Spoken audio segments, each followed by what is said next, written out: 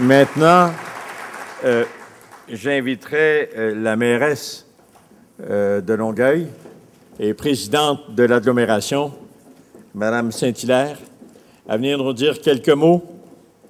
Elle était sans doute à des rencontres importantes. Il y en a souvent des rencontres importantes. Madame.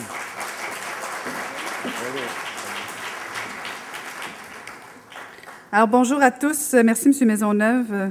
Saluer les représentants de la ministre Malavoie, M. le député Nantel. Je salue les autres députés présents, Mesdames et Messieurs les maires, conseillers municipaux et membres de la Chambre de commerce, M. Fortier, M. le Président.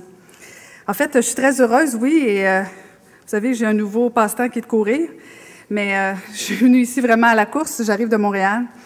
Et alors, avant même de vous parler de cette activité importante que vous faites aujourd'hui, je veux partager avec vous une excellente nouvelle pour toute notre région.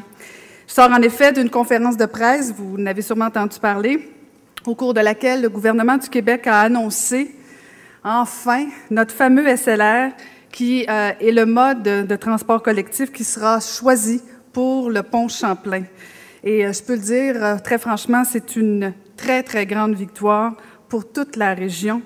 Et il y a un petit peu de la Chambre de commerce là-dedans.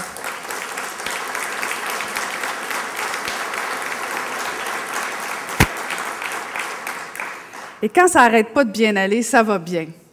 Et aujourd'hui, en plus, le ministre des Transports, Sylvain Gaudreault, a donné l'assurance qu'en raison des besoins criants en transport sur la Rive-Sud, l'implantation du SLR n'excluait en rien, mais en rien, le prolongement du métro de la ligne jaune.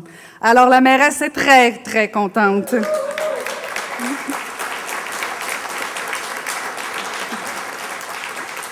En fait, la bataille du SLR, nous l'avons menée tous ensemble.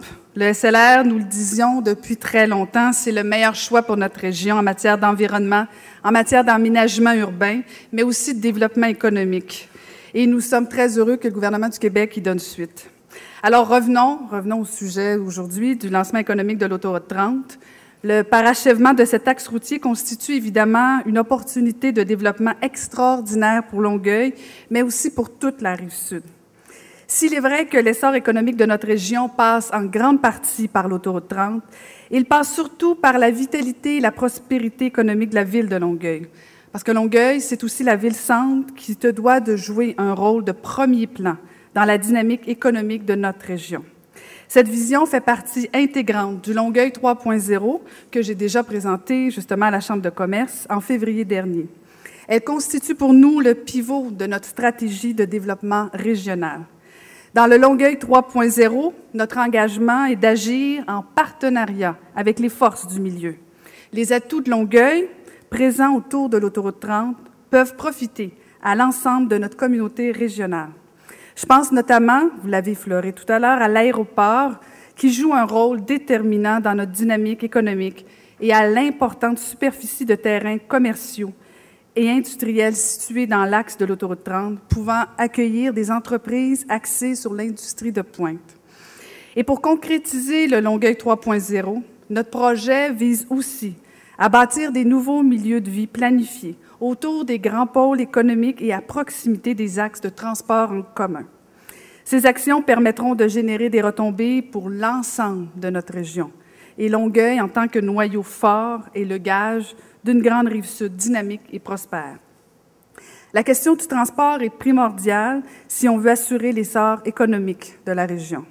Et c'est pourquoi je pense que très certainement la Chambre de commerce en a fait un principal cheval de bataille depuis de nombreuses années. Et c'est aussi pourquoi moi, comme mairesse et présidente de l'agglomération de Longueuil, je m'y consacre jour après jour. Le parachèvement de l'autoroute 30 a fait l'objet d'une lutte de longue haleine que nous avons finalement gagnée. Mais cette victoire, nous la devons principalement à deux choses. Nous avons été persévérants, mais surtout, nous sommes restés toujours unis. Nous avons agi exactement de la même façon dans le dossier du pont Champlain. Et encore une fois, la Chambre de commerce était là. Souvenez-vous de la coalition Champlain en chantier. C'est par la force de l'unité que nous avons finalement obtenu du gouvernement fédéral la construction d'un nouveau pont. Encore une fois, nous avons obtenu gain de cause grâce à un effort collectif.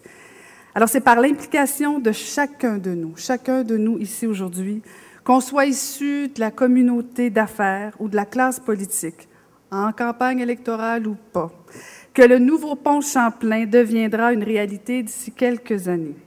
Et avec la bonne nouvelle de ce matin pour le SLR, un autre grand projet défendu par la Chambre de commerce, nous devons absolument retenir une seule chose.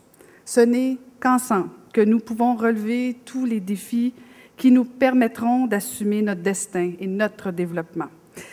Mes amis, je sais que j'ai plein de bonnes nouvelles, mais la lutte n'est pas terminée. D'autres défis nous attendent si on veut qu'enfin, que la Grande Rive-Sud tire son épingle du jeu dans la dynamique économique métropolitaine. Comme mairesse de Longueuil et présidente de l'Agglo, je vous propose que nous restions unis et solidaires. Je vous propose que les prochains combats, nous continuions de les mener tous ensemble. Pour moi, c'est le meilleur gage de succès pour l'avenir. Merci et bonne journée.